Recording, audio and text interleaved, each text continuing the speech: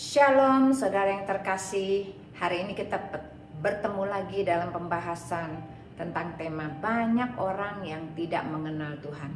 Saya mau katakan, kadang-kadang kita merasa kita sudah kenal sama Tuhan, dan bahkan kita merasa dengar suaranya. Tapi apakah itu terjadi secara konsisten? Kalau kita mengenal seseorang, itu berarti kita punya hubungan dekat. Mengenal dan tahu tentang orang itu sangat berbeda. Mengenal adalah sering bercakap-cakap satu sama lain. Berarti kita bilang mengenal.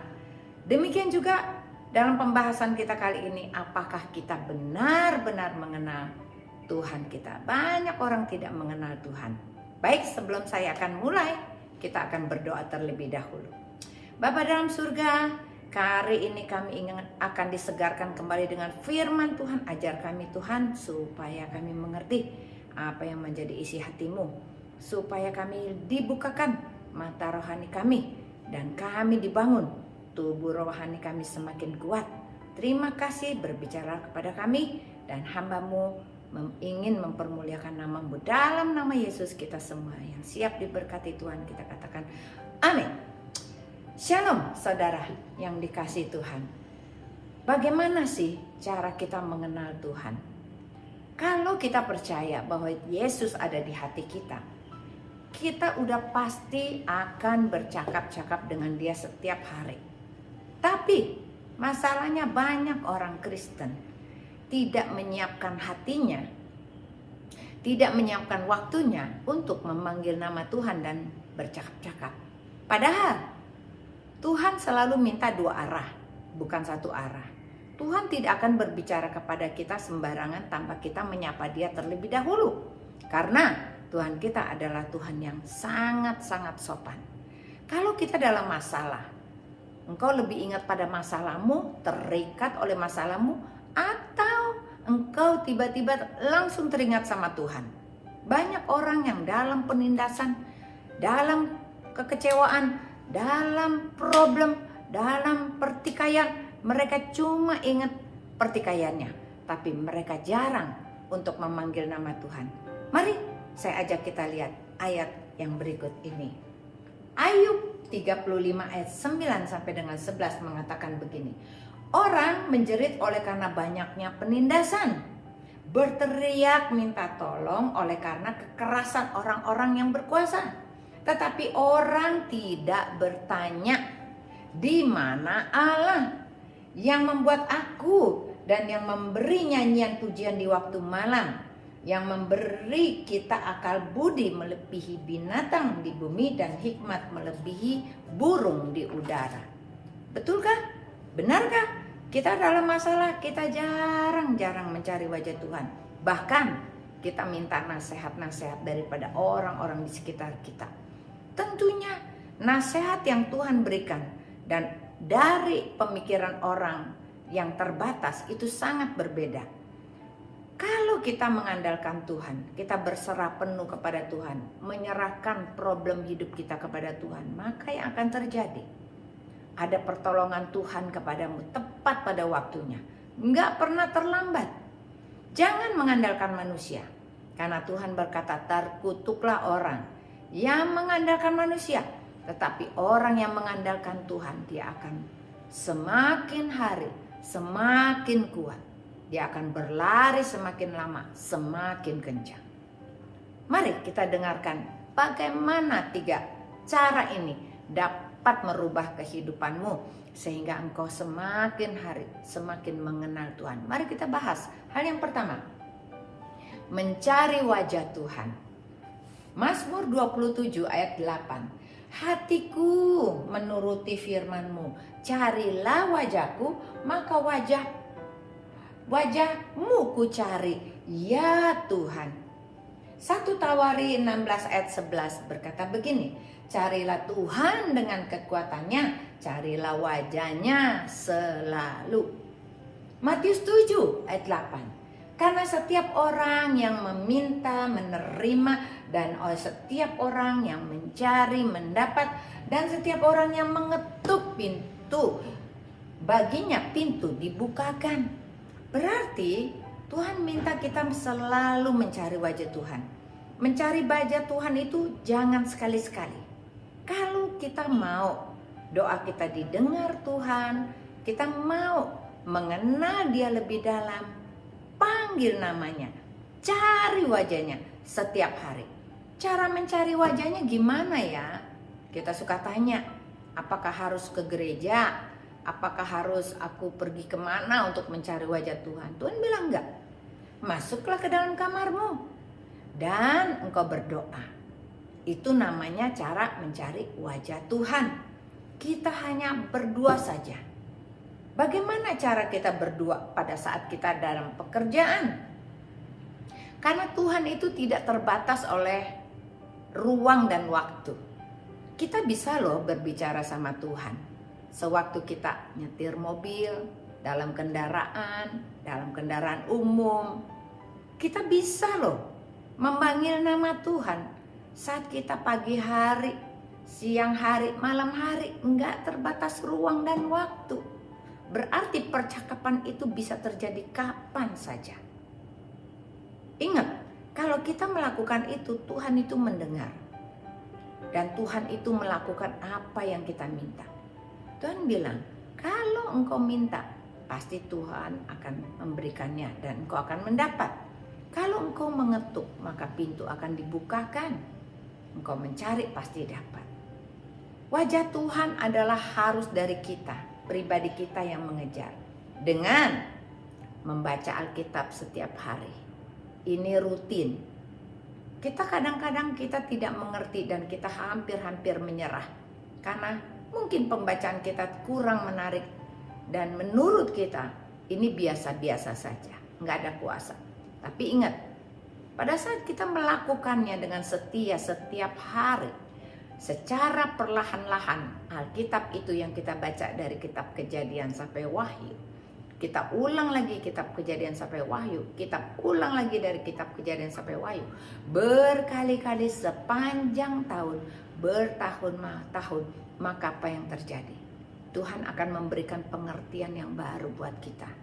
Kita akan semakin mengenal Dia dengan perkataannya, dengan perbuatannya yang ajaib, dengan nasihat-nasihatnya. Jangan dengerin orang kalau kita mau dibangun imannya. Karena kalau kita membaca dengan setia setiap hari, maka Tuhan hadiratnya akan menghampiri kita. Percayalah, jalan satu-satunya supaya kita bisa mengenal Tuhan, kita harus mencari wajahnya setiap hari. Dengan apa lagi kita bisa mencari wajahnya? Dengan memuji dan menyembah. Mungkin pujianmu terasa sangat sederhana. Engkau cuma menyanyi, Yesus engkau baik, sungguh baik, sangat baik. Yesus engkau baik, sungguh baik, sangat baik. Tetapi nyanyian itu mempertemukan Tuhan dengan hati kita.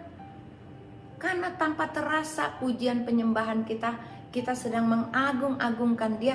Dan kita ingin merasakan bahwa Yesus engkau sungguh baik, sangat baik dan amat baik. Pada saat kita mempunyai pengalaman bahwa hidup kita dilindungi, apa yang terjadi? Ada perasaan aman di hati kita. Kekhawatiran kita tiba-tiba kita lenyap, tidak ada. Lalu kita mulai timbul pengharapan, mulai timbul penghiburan, mulai ada seperti curahan air hidup membersihkan hati kita saat kita memuji dan kita menyembah Dia.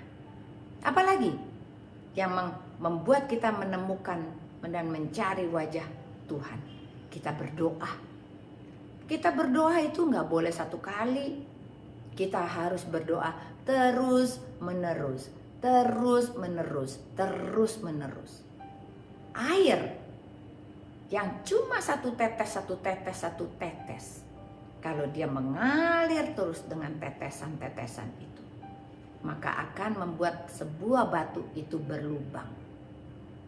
Air laut yang terus menghempas batu karang, terus menerus menghempas batu karang, setiap hari, maka batu karang yang keras itu akan menjadi berlubang. Bukankah hal ini yang sangat ajaib, yang memberikan harapan bagimu dan bagiku? Ayo cari wajah Tuhan, kita akan menemukan Dia. Kita belajar yang kedua. Hal yang kedua yang kita belajar, bersyukur dan bernyanyi. Tadi bernyanyi kita udah sebutkan.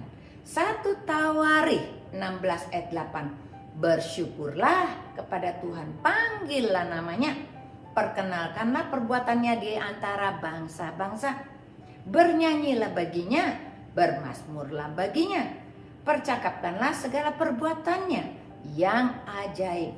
1 Tesalonika 5 ayat 18. Mengucap syukurlah dalam segala hal, sebab itulah yang dikehendaki Allah di dalam Kristus Yesus bagi kamu.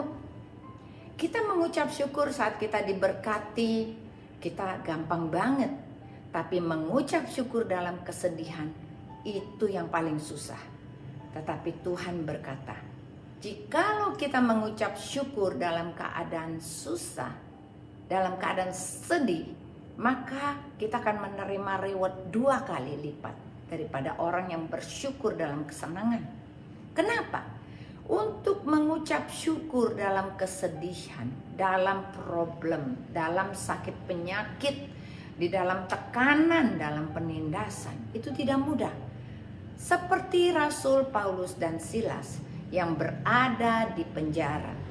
Mereka disiksa, mereka masuk di dalam ruang gelap, mereka dikunci, mereka diikat dengan rantai. Saat itu harusnya mereka merasa sangat down, sedih, dan mereka itu takut. Tapi apa yang terjadi? Kalau kita mulai membina hubungan kita dengan Tuhan seperti hal yang pertama tadi, selalu mencari wajah Tuhan, yang terjadi adalah metamorfosa yang berbeda dalam menanggapi kesedihan dan kemalangan kita. Paulus dan Silas, mereka memuji-muji Tuhan di dalam penjara. Bisakah engkau memuji-muji Tuhan di dalam kedukaanmu? Memuji-muji Tuhan di dalam kesusahanmu? Memuji-muji Tuhan di dalam kesakitanmu? Memuji-muji Tuhan di dalam penindasan yang kau terima? Pada saat engkau melakukan itu, maka yang terjadi adalah malaikat akan datang dan membuka belenggu-belenggumu dan membebaskan engkau keluar. Itu yang akan terjadi. Tuhan janji pasti ditepati. Belenggu-belenggu kesusahan yang mengikat engkau akan dibuka kuncinya oleh malaikat. Lalu engkau akan dibebaskan. Pada saat kita dibebaskan, kita pasti punya pengharapan. Pengharapan kita yang baru. Ternyata yang malang bukan aku aja. Banyak orang lain yang lebih malang. Itu yang lagi dalam peperangan. Itu yang kelaparan. Itu yang rumahnya hancur. Yang apartemennya rubuh. Atau mereka sudah ditimpa. Mereka badannya cacat semuanya. Banyak orang lebih malang dari kita. Tapi kita suka lupa bahwa kita sebetulnya lebih beruntung dari mereka yang lebih susah daripada kita. Haruslah kita belajar untuk bersyukur. Bersyukur adalah sebuah pengakuan di dalam kita melawan iblis. Iblis paling gak suka sama orang Kristen yang sukanya bersyukur. Iblis paling senang kepada orang Kristen yang kalau ditindas lalu ngomel-ngomel, lalu down, melankolis, self pity. Iblis paling suka sama orang-orang yang demikian. Menyendiri, menangis, tidak mau ikut pelayanan, tidak mau ke gereja, mengundurkan diri dari pelayanan karena sakit hati. Lalu dia mau kemana? Nah, di saat itulah dia semakin hari semakin terpuruk, lemah, dan dia menjadi tawanan daripada iblis. Jangan sampai terjadi dalam kehidupanmu. Hidup kita cuma satu kali. Kita pakai untuk kita jadi kuat. Walaupun belum terjawab doamu, jangan mundur. Masalahmu masih ada. Tuhan bilang, selama kau hidup, pasti ada masalah. Engkau tidak akan punya masalah nanti setelah kita semuanya dipanggil dan kita bertemu dengan Dia, berkumpul di surga. Dan saat itu tidak ada lagi susah, tidak ada lagi sakit penyakit, tidak ada kesedihan, tidak ada apapun yang membebankan kita. Tetapi sabarlah, karena semua badai pasti berlalu. Nggak ada persoalan yang nggak selesai. Tuhan katakan nggak ada penyakit yang nggak bisa disembuhkan. Nggak ada persoalan yang tidak ada jalan keluar. Karena Tuhan berkata begini, tidak ada hal yang terlalu kecil untuk aku dengarkan. Dan tidak ada hal yang terlalu besar yang dapat aku kerjakan bagimu. Berarti Tuhan turut campur tangan dalam kehidupanmu dan kehidupanku. Jangan gentar, mari bangkit, mari teruskan perjuanganmu untuk terus kuat dan kuat di dalam imanmu. Hadapi persoalan, jangan lari dari masalah, tapi kita menerima semuanya dengan hati bersyukur. Aku tahu Tuhan, percobaan-percobaan yang aku alami adalah percobaan biasa. Pada saat aku mengalaminya, aku akan diberi kekuatan oleh Engkau. Karena firman Tuhan mengatakan begitu. Percobaan-percobaan yang kau alami adalah percobaan biasa. Pada saat kau mengalaminya, aku Tuhan akan memberikan kekuatan kepadamu. Yakinkah bahwa dalam setiap percobaan, dalam penindasan, Tuhan akan memberikan engkau kekuatan yang baru. Itu hal yang kedua. Hal yang ketiga, sujud dan menyembahnya. Tidak banyak orang punya hati untuk sujud dan menyembah Tuhan, mengagung-agungkan Dia tiap hari. Kenapa? Waktu kita terlalu sempit. Kita rasa kita udah cukup kalau kita ke gereja seminggu sekali. Kita juga merasa udah cukup kalau kita ikut kaum ibu atau kaum bapak. Kita merasa udah cukup kalau misalnya kita udah ikut persekutuan doa di tengah minggu. Kita rasa udah semuanya cukup. Tapi Tuhan katakan, sujud dan menyembah adalah sebuah kebiasaan, sebuah karakter yang dilakukan yang menyenangkan hati Tuhan. Kita ingat kisah Daniel. Daniel tiap hari naik ke atas tingkat rumahnya. Dia sujud dan menyembah Tuhan setiap hari. Membuat orang-orang lain terheran-heran dan iri hati. Karena dia tidak menyembah rajanya, tapi dia menyembah Tuhan. Apa yang terjadi? Daniel dipulihkan. Daniel masuk gua singa, tapi nggak kenapa-napa. Karena perlindungan Tuhan lebih hebat. Kalau engkau ingin selalu diluputkan dari mara bahaya, mari sujud dan menyembah Dia. Engkau akan diluputkan sama seperti Daniel dari gua singa. Lalu, bukan hanya diluputkan dari mara bahaya, Tuhan pun akan mengangkat engkau. Yang terjadi, Daniel menjadi orang yang paling dipercaya oleh raja. Demikian luar biasanya pada saat kita punya karakter untuk sujud dan menyembah, itu membawa hadirat Tuhan luar biasa dan hikmat. Dari manakah hikmat? Dari Tuhan. Orang yang datang sujud menyembah Tuhan, hikmat Tuhan akan datang kepada dia. Maka dia akan semakin lebih pintar daripada orang-orang biasa. Maka engkau menyelesaikan masalahmu. Ambil jalan yang ketiga, sujud dan menyembah Dia. Kita baca ayatnya. 1 Tawarin 16 ayat 29 berkata begini. Berilah kepada Tuhan kemuliaan namanya. Bawalah persembahan. Masuklah menghadap Dia. Sujudlah menyembah kepada Tuhan dengan berhiaskan kekudusan. 1 Korintus 6 ayat 19. Atau tidak tahukah kamu bahwa tubuhmu itu adalah bait Allah, adalah bait Roh Kudus yang diam di dalam kamu, Roh Kudus yang kamu peroleh dari Allah, dan bahwa kamu bukan milik kamu sendiri. Roma 12 ayat 1. Karena itu saudara-saudara, demi kemurahan Allah, aku menasehatkan kamu supaya engkau mempersembahkan tubuhmu sebagai persembahan yang hidup, yang kudus dan yang berkenan kepada Allah. Itu adalah ibadahmu yang sejati. Tuhan minta ibadah, sujud, menyembah, yaitu kita mempersembahkan tubuh kita ini sebagai bait Allah. Pada saat kita punya kebiasaan untuk sujud menyembah, Tuhan mau hadir di hatimu dan hadir di hatiku. Tuhan akan transform hidupmu dan Tuhan berikan kemuliaannya kepada kita. Pada saat kita percaya kepada Yesus sebagai Tuhan dan Juru Selamat, Yesus ada di hati kita, itu udah pasti. Lalu Tuhan harus mati di kayu salib, mencucurkan darahnya dan menebus dosamu dan dosaku. Pada saat kita tahu bahwa dosa kita sudah ditebus, kita bukan lagi milik iblis, tetapi miliknya Tuhan. Kita sudah berpindah dari maut ke dalam hidup. Ada seseorang membeli sesuatu dari sebuah toko. Dia sudah membayar lunas di kasir dan ingin membawa pulang barangnya. Dan kasir itu berkata, oh nggak boleh dibawa. Karena ini adalah milik toko. Bisakah seperti itu? Tidak bisa. Demikian juga, jiwamu sudah dibeli, lunas dibayar oleh Tuhan Yesus. Sekarang Tuhan mau bawa engkau ke dalam bait kudusnya. Kau masuk ke dalam keretanya Tuhan. Dan jangan keluar-keluar lagi dari situ. Karena engkau adalah miliknya Tuhan.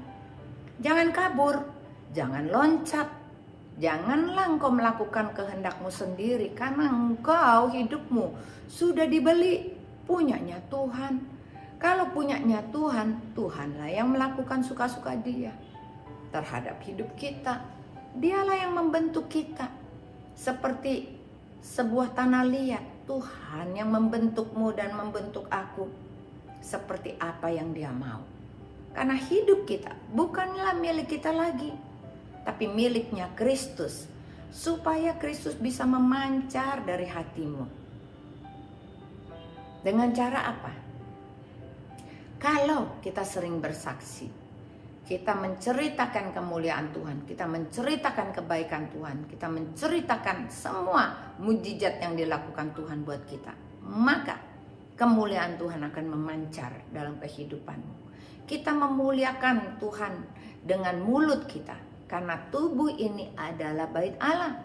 Kita memuliakan Tuhan dengan tangan kita, dengan membantu orang-orang lain yang lebih susah. Kita memuliakan Tuhan dengan kaki kita. Kita melangkah di jalan yang benar. Kita pakai mata kita untuk kemuliaannya. Kuping kita, pikiran kita, hati kita untuk kemuliaannya. Punyanya Tuhanlah semuanya ini. Jangan ambil yang menjadi apa yang kau pikir ini milikku. Hidup ini punyaku. Kata siapa? Karena kita sudah ditebus. Harganya lunas dibayar. Kita sekarang adalah milik Tuhan. Supaya hidupmu dan hidupku kita persembahkan dan menjadi ibadah kita yang sejati setiap hari. Dengan berhiaskan kekudusan. Bagaimana kita bisa kudus? Benar kau bisa kudus. Kalau pikiranmu kudus, matamu kudus, mulutmu kudus, kupingmu kudus, tanganmu kudus, hatimu kudus, kakimu kudus. Dengan cara ikuti semua teladan Tuhan. Ikuti perintah-perintahnya. Apa yang Tuhan mau, just do it. Jangan pikir dua kali. Kalau Tuhan memerintahkan, ampuni musuhmu. Berdoalah buat mereka yang berbuat jahat kepadamu. Kita berdoa dan kita mengampuni musuh kita. Apapun yang Tuhan minta, kasih, berikan. Karena tubuh kita bukan punya kita. Tangan kita lakukan buat Tuhan. Kaki kita buat Tuhan. Kalau kita hidup buat Tuhan. Kalau kita mati buat Tuhan. Hidup dan mati adalah kepunyaannya Tuhan. Supaya engkau dan aku kita diberi kekuatan, kita harus mempunyai 3 hal ini dalam hidup kita. Kita mencari wajah Tuhan, kita mulai mau bersyukur dan menyanyi, baik dalam sedih dan dalam susah. dan kita sujud menyembah kepada Dia setiap hari. Maka yang terjadi transformasi di dalam imanmu, transformasi di dalam tubuh rohanimu. Engkau dipulihkan, engkau dikuatkan, bahkan kau semakin hari semakin luar biasa. Doa saya buat semua yang mendengarkan hari ini, semua pasti diberkati. Tuhan Yesus memberkati. Mari kita berdoa. Bapa, terima kasih untuk firman-Mu buat kami, memberikan pencerahan. Kami percaya itu semua membangkitkan iman kami, supaya kami menyembah Engkau dengan hati yang murni, dengan hati yang suci, dan kami mempersembahkan tubuh kami sebagai persembahan dan sebagai ibadah kami yang sejati. Terima kasih. Urapi semuanya dengan kuasa darah-Mu. Meteraikan Tuhan semua firman masuk ke dalam telinga kami, termeterai sempurna oleh kuasa darah Anak Domba Allah. Terima kasih Bapa. Hanya di dalam nama Tuhan Yesus kami semuanya mau mengucap syukur. Haleluya. Amin. Tuhan Yesus memberkati.